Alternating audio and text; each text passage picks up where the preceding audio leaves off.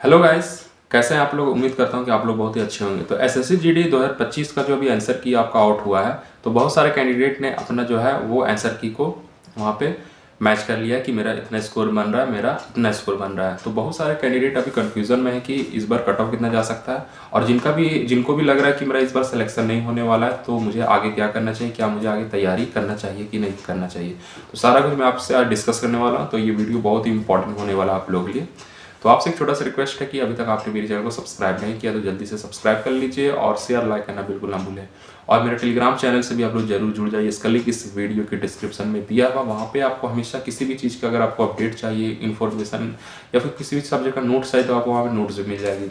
तो SSC GD 2025 का जो अभी आंसर की आउट हुआ है, तो बहुत सारे कैंडिडेट जो है वो बहुत ही खुश है, और बहुत सारे कैंडिडेट जो है वो बहुत ही नाराज़ है, क्योंकि उनका जो स्कोर है वो बहुत कम बन रहा है। बहुत सारे कैंडिडेट का ये अभी सवाल आ रहा है कि क्या मेरा इतना मार्क्स पे सिलेक्शन होगा कि नहीं होगा, अगर नहीं होगा तो मुझे आगे क्या करना चाहिए। यानी कि बहुत सारा कन्फ्यूजन चल रहा है बहुत सारे कैंडिडेट के मन में, क्योंकि इस बार जो कटअप जो आप पिछला कटअप जब आप देखेंगे तो बहुत ही हाई कटअप गया है। तो क्या इस बार भी कटअप ज़्यादा जा सकता है?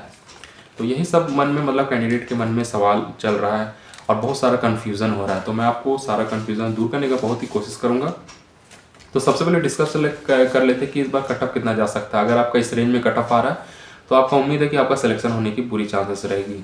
फिर मैं आपको बताऊंगा कि आपको आगे क्या करना चाहिए। अगर आपका एसएससी जीडी 2025 में अगर स्कोर अच्छा नहीं बन रहा है तो आपको आगे क्या करना चाहिए, क्या आगे आपको पढ़ाई में कंटिन्यू रखना चाहिए कि नहीं रखना चाहिए, और यही सब मैं आपसे डिस्कस करने वाला हूँ। तो देखिए, अगर आप मेल कैंडिडेट से बिलोंग कर रहे हैं, अगर आप जनरल कैटेगरी में आते हैं, तो आपका अगर 138 से लेकर 148 तक अगर आपका स्कोर बन रहा है तो समझ लीजिए आपका सेफ जोन है। यानी कि आपका जो एसएससी जीडी 2025 का जो एग्ज़ाम हुआ था वो आपका 80 क्वेश्चन आपसे पूछा गया था, 160 मार्क्स का पेपर हुआ था। हर एक क्वेश्चन आपका 2 मार्क्स का था, और इसमें नेगेटिव मार्किंग था आपका 0.25 मार्क्स। तो एक क्वेश्चन गलत करने पर आपका 0.25 मार्क्स को डिडक्ट किया गया। तो सबसे ज़्यादा जो लॉस हुआ कैंडिडेट को, वो यानी कि वो ज़्यादा अटैम्प्ट करने के चक्कर में वो अपना नेगेटिव मार्किंग उनका हो गया, और जिस कारण से इसका जो स्कोर है वो बहुत ही कम हो गया। तो अगर आप मेल कैटेगरी में आते हैं, तो अगर आपका जनरल कैटेगरी से अगर आप बिलोंग करते हैं, तो अगर आपका मार्क्स 138 से 148 के रेंज में आ रहा है तो आपका जो है आप समझ लीजिए सेफ जोन में है। और अगर आप ओबीसी कैटेगरी से बिलोंग करते हैं, अगर आपका मार्क्स 135 से लेकर 145 के बीच में आ रहा है तो आपका आप जो सेफ जोन में आते हैं तक।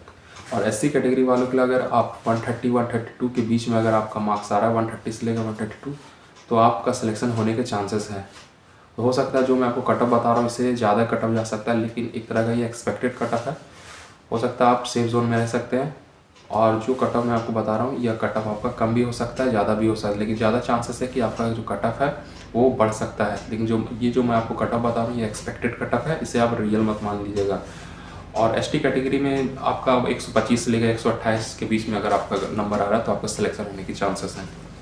फिर बात करते हैं फीमेल कैटेगरी वालों के लिए। तो अगर आप फीमेल कैंडिडेट हैं तो आपका 125 से लेकर 135 के रेंज में अगर आपका मार्क्स आ रहा है तो समझ लीजिए आप सेफ जोन में आ रहे हैं।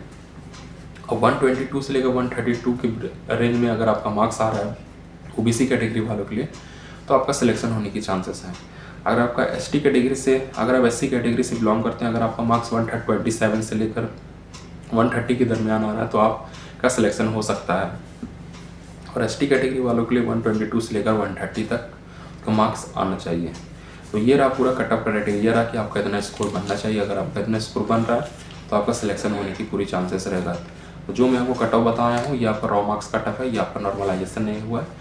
तो नॉर्मलाइजेशन में क्या होगा कि किसी का मार्क्स इंक्रीज़ भी होगा, किसी का मार्क्स डिक्रीज़ होगा, यानी कि किसी का बढ़ भी सकता है, किसी का घट भी सकता है। यानी कि वो डिपेंड करेगा कि आपका क्वेश्चन लेवल कैसा था, उसी पे सारा डिपेंड करता है। तो अब बात करते हैं कि जिनका भी स्कोर अगर लग रहा है कि मेरा कम स्कोर आ रहा है तो आपको तैयारी करना चाहिए कि नहीं। अगर आपका 5 या 10 नंबर से अगर आपका सिलेक्शन नहीं होता है तो आप अपना तैयारी को ना छोड़ें, आप अपना नेक्स्ट एसएससी जीडी का तैयारी करें, यानी कि एसएससी जीडी 2026 का तैयारी में लग जाए।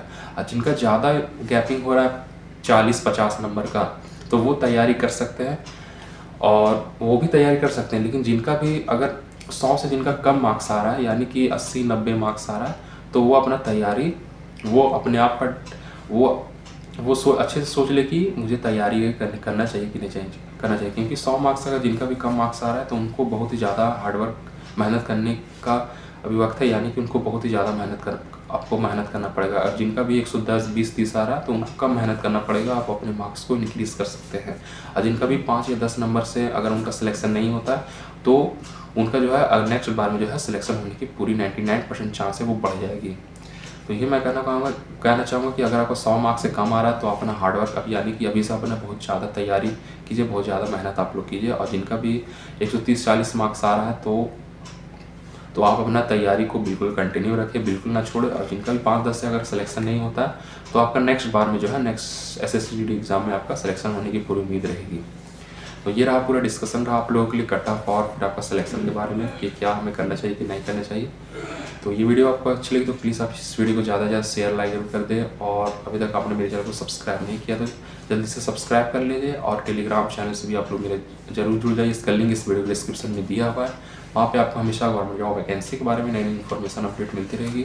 अगर आपको किसी भी सब्जेक्ट का नोट्स वगैरह चाहिए तो आपको नोट्स भी वहाँ पे प्रोवाइड की जाएगी। चलिए दोस्तों, तो फिर मिलते हैं नेक्स्ट वीडियो में, तब तक जय हिंद।